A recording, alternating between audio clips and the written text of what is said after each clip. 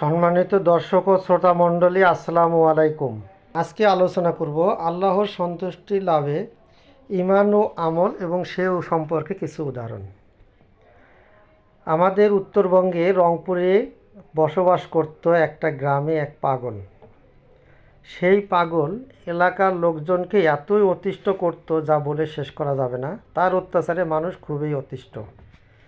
সে ছোট বাচ্চা থেকে শুরু করে সবাইকে দৌড়াদৌড়ি, মারামারি, চিল্লাচিল্লি এরকম করতো। রাতে বিরাতে খুবই বিরক্ত করতো।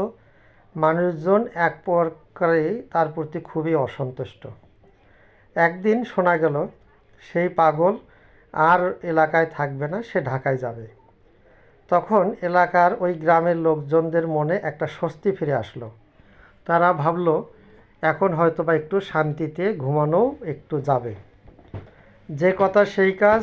পাগল ঠিক পরের দিন সকালে তার প্রয়োজনীয় কাপড় চোপড় সহ যা যা আছে বস্তা ভরে নিয়ে মাথায় করে নিয়ে সে ঢাকার উদ্দেশ্যে রওনা দিল। দিন শেষে রাত 8টা কি 9টার সময় তাকে আবার সেই গ্রামে দেখা গেল। মানুষ স্বভাবতই তাকে সেইভাবে জিজ্ঞাসা করলো যে কী ব্যাপার, তুমি ঢাকার উদ্দেশ্যে গেলা, আবার তোমাকে বাড়িতে দেখা যাচ্ছে, কারণটা কি, তুমি ঢাকা গেলে না কেন?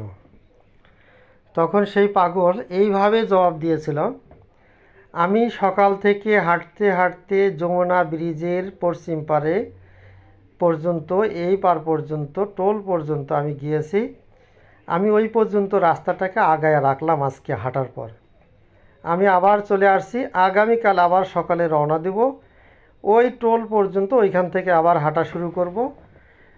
একদিনে আমি ঢাকায় চলে যাব।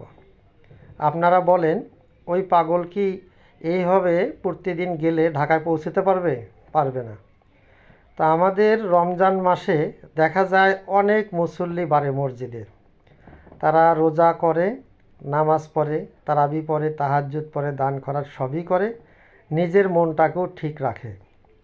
মনে হয় একেবারে খাঁটি ফেরেশতা, খাঁটি মুসলমান।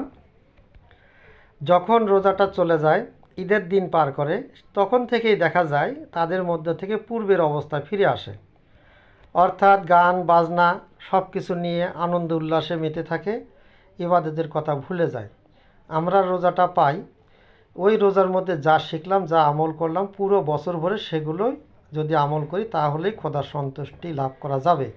আপনারা বলেন যারা এই রোজা পর্যন্ত করার পরে আবার পূর্বের অবস্থায় ফিরে যায়, তাদেরকে কি ওই পাগলের সাথে তুলনা করা যায় কি না?